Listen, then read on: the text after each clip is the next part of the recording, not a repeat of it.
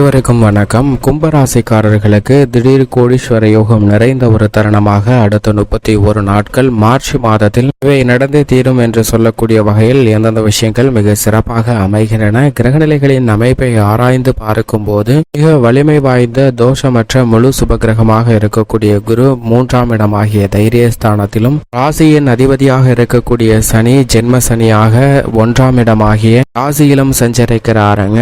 ராகு 2ஆம் இடமாகிய தனஸ்தானத்திலும், மோட்சக்காரகரான கேது அஷ்டமஸ்தானமாகிய 8லும் இருப்பது சாதகமற்ற ஒரு அமைப்பாக பார்க்கப்படுகிறது. இருந்தாலும் கூட சந்திரன் கும்பராசிக்காரர்களுக்கு 1லிருந்து 12ஆம் இடம் வரை மாறி மாறி சஞ்சரிக்கிறாருங்க. திடீரென பல மாற்றங்களை ஏற்படுத்தக்கூடிய ஒரு அமைப்பில் நிச்சயமாக சந்திரன் சஞ்சரிக்க போகிறார். அது மட்டுமல்லாது செவ்வாய் விரயத்தில் உச்சம் பெற்று சஞ்சரிக்கிறாருங்க இந்த மாதத்தின் முற்பகுதியில். பிறகு ஜென்மராசியில் நுழைகிறாருங்க. எனவே ஜென்மராசியிலும் 12ஆம் இடமான விரயஸ்தானத்திலும் சஞ்சரிக்கக்கூடிய செவ்வாயால் மிகப்பெரிய மாறுதல் ஏற்பட இருக்கிறது. என்றால் அவர் ராசியின் அதிபதியான சனியுடன் இணைய இருக்கிறார்.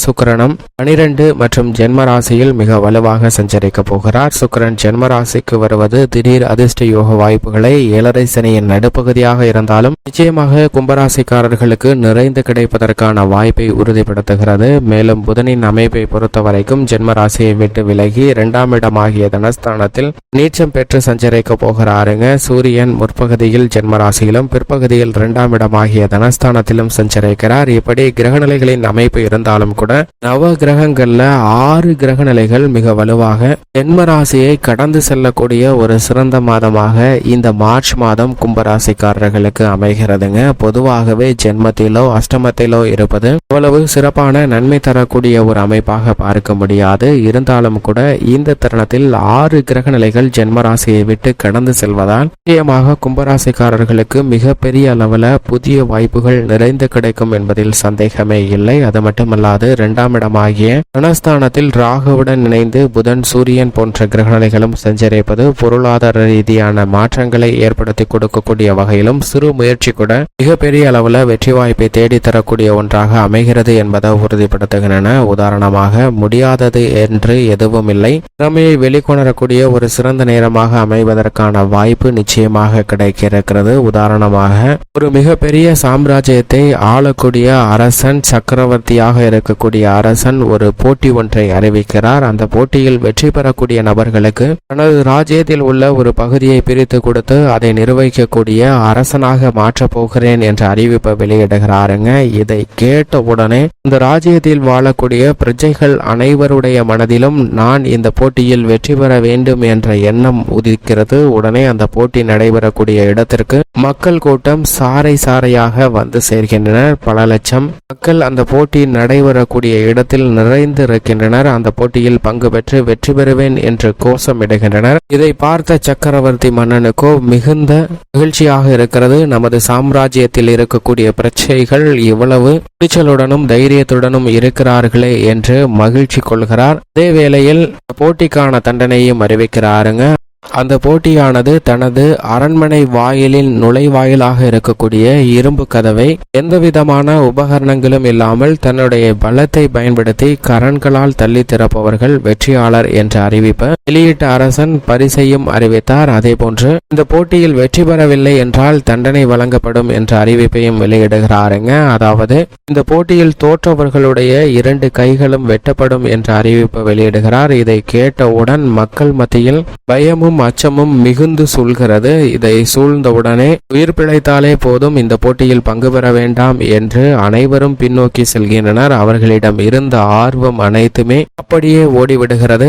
இதை பார்த்த அரசன் குழப்பம் அடைகிறார். இவ்வளவு ஆர்வமாக வந்துவிட்டு ஏன் போட்டியில் பங்கு பெறாமல் செல்கிறீர்கள் என்று கேட்க, அரசே நாங்கள் உயிரை இழக்க விரும்பவில்லை என்று மக்கள் அதற்கு பதிலாக சொல்கின்றனர். இருப்பினும் அந்த கூட்டத்தில் இருந்து ஒரே ஒரு நபர் நான் இந்த போட்டியில் பங்கு பெறுகிறேன் அரசே என்று வெளியே வருகிறார். அரசனுக்கு தற்போது மகிழ்ச்சி நிறைந்து கிடைக்கிறது. ஆனால் மக்கள் அந்த நபரை பார்த்து நீ என்ன மூடனா, பைத்தியக்காரனா, இந்த போட்டியில் வெற்றி பெறுவது அவ்வளவு சுலபம் அல்ல, தோற்றுவிட்டாய் என்றால் உன்னுடைய 2 கையுமே போயிடும், அதுக்கப்புறம் உன்னுடைய வாழ்க்கையை நினைச்சு பாரு என்னென்னலாம் ஆகும் அப்படின்னு என்று சொல்ல அவன் சொல்கிறான், என்னிடம் இழப்பதற்கு ஒன்றுமில்லை, ஆனால் நான் வெற்றி பெற்றால் என்ன ஆகும் என்று நீங்கள் நினைத்து பாருங்கள் என்று சொல்லி இந்த போட்டியில் நான் பங்கு பெற போகிறேன் என்று அந்த போட்டி நடக்கக்கூடிய அந்த இரும்பு கதவின் அருகாமையில் செல்கிறாருங்க. தன்னுடைய பலத்தை பயன்படுத்தி அந்த கதவை எப்படியாவது திறக்க வேண்டும் என்று முயற்சி செய்ய தன்னுடைய கரன்களை எடுத்து அந்த கதவின் மீது வைத்து தள்ள அது மிகவும் எளிதாக திறந்து விடுகிறது. ஏனென்றால் அந்த கதவிற்கு தாழ்பால் கூட இடவில்லை.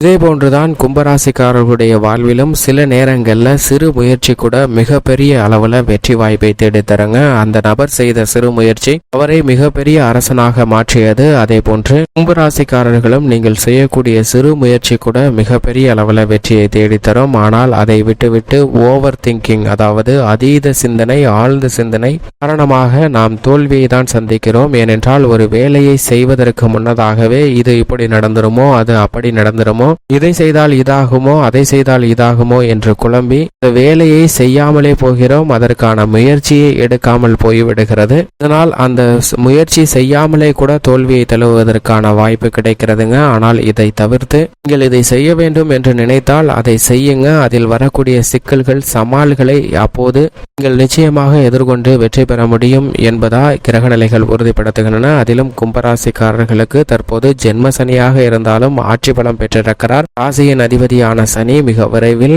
குருவும் சுகஸ்தானத்தில் நுழைய இருக்கிறார். பல கிரகநிலைகள் ஜென்ம ராசியை விட்டு விலகுகின்றன. எனவே நல்ல மாற்றத்திற்கும் முன்னேற்றத்திற்கும் அடித்தளமிடக்கூடிய ஒரு தருணமாக அமைய போகிறது. எனவே தங்களிடம் இருக்கக்கூடிய அந்த ஆழ்ந்த சிந்தனையை தவிர்த்துவிட்டு ஒரு செயலை முயற்சி செய்து அதில் வெற்றி பெற முடியும் என்ற எண்ணத்துடன் பங்கு பெறுங்க. நிச்சயமாக வெற்றி பெறலாம். அது மட்டுமல்லாது அடுத்தவங்க என்ன நினைப்பாங்க அப்படிங்கிற எண்ணத்தை விட்டுடுங்க. அதே போன்று நாம நினைக்கிறது மாதிரி தான் அடுத்தவங்க இருக்கணும் அப்படிங்கிற எண்ணத்தையும் விட்டுட்டு முயற்சி செய்தாலே நிச்சயமாக வெற்றி கிடைக்கும். ஏனென்றால் 95% மேல் தைரியஸ்தானத்தை 3ஆம் இடத்தை கடந்த குரு இனி சுகஸ்தானத்தில் நுழைய இருக்கிறார். எனவே நீங்கள் எதிர்பார்க்கக்கூடிய சுப நிகழ்வுகள் மிக சிறப்பாக நடைபெறுவதற்கான வாய்ப்பும் யோகமும் நிறைந்து கிடைக்க போகிறது. பல்வேறு வகையில் ஏற்பட்ட தடைகள், தாமதங்கள் விலகுங்க. உறவினர்களுக்கிடையே ஏற்பட்ட மன வருத்தம் விலகும். பூர்வீக சொத்துக்கள் ரீதியான பிரச்சனைகள் சுமூகமாக தீர்வு காணப்படும். சுகஸ்தானம், அர்த்தாஷ்டகஸ்தானம் என்று சொல்லக்கூடிய 4ஆம் இடத்திற்கு குரு வருவது பல வகையில 3ஆம் இடத்தில் இருப்பதை விட சிரமத்தை குறைத்து நல்ல முன்னேற்றத்தை ஏற்படுத்தி கொடுக்கக்கூடிய ஒரு அமைப்பாகவும், பல்வேறு வகையான சுப நிகழ்வுகள் மிக சிறப்பாக நடைபெறக்கூடிய ஒரு இனிமையான தருணமாகவும் அமைகிறது என்பதை தெளிவாகவும் துல்லியமாகவும் உறுதிப்படுத்துகிறாருங்க. அது மட்டுமல்லாது இந்த தருணத்தில் உங்களுடைய சிறு முயற்சி கூட குடும்ப வருமானத்தை உயர்த்தி கொள்ளக்கூடிய வகையில் கும்பராசிக்காரர்களுக்கு அமையும். அது மட்டுமல்லாது நீங்கள் எதிர்பார்க்கக்கூடிய புதிய நிலம், வீடு, வாகனம், ஆடை ஆபரண சேர்க்கை போன்றவை கிடைப்பதற்கான அதிர்ஷ்ட யோக வாய்ப்புகளும் நிச்சயமாக கிடைக்கிறது. சனி ஜென்ம ராசியில் இருந்தாலும் ராசிக்காரர்களுக்கு மிகப்பெரிய அளவுல சிரமத்தை ஏற்படுத்தி விட மாட்டாருங்க. ராசியின் அதிபதியாக இருக்கக்கூடிய அவர் ஆட்சி பலம் பெற்றிருப்பதால் நிச்சயமாக நீங்கள் திட்டமிடக்கூடிய காரியங்கள் அனைத்திலும் காரிய வெற்றி கிடைக்கும். சின்ன சின்ன தடைகள், அலைச்சல்கள், சிரமங்கள் இருக்கத்தான் செய்யும். அவற்றை தவிர்க்க முடியாது. ஆனால் அவற்றை எதிர்கொள்ளக்கூடிய அளவிற்கு நல்ல வலுவான ஆற்றலை கொடுக்கிறாருங்க. அவருடன் இணைந்து அவரின் நட்பு கிரகமாக இருக்கக்கூடிய சுக்கிரனும் சஞ்சரிப்பதால் இந்த தருணத்தில் தொழில்துறை, வியாபாரத்துறையில் அபரிவிதமான புதிய வாய்ப்புகள் கிடைக்கும். நிதி நிறுவனங்கள், பங்குதாரர்களின் ஒத்துழைப்பும் சாதகமாக அமையும். பல்வேறு விதமான திட்டங்களை சிறப்பான முறையில் செயல்படுத்துவதற்கான அதிர்ஷ்ட யோக வாய்ப்பு நிச்சயமாக நிறைந்து கிடைக்கிறது.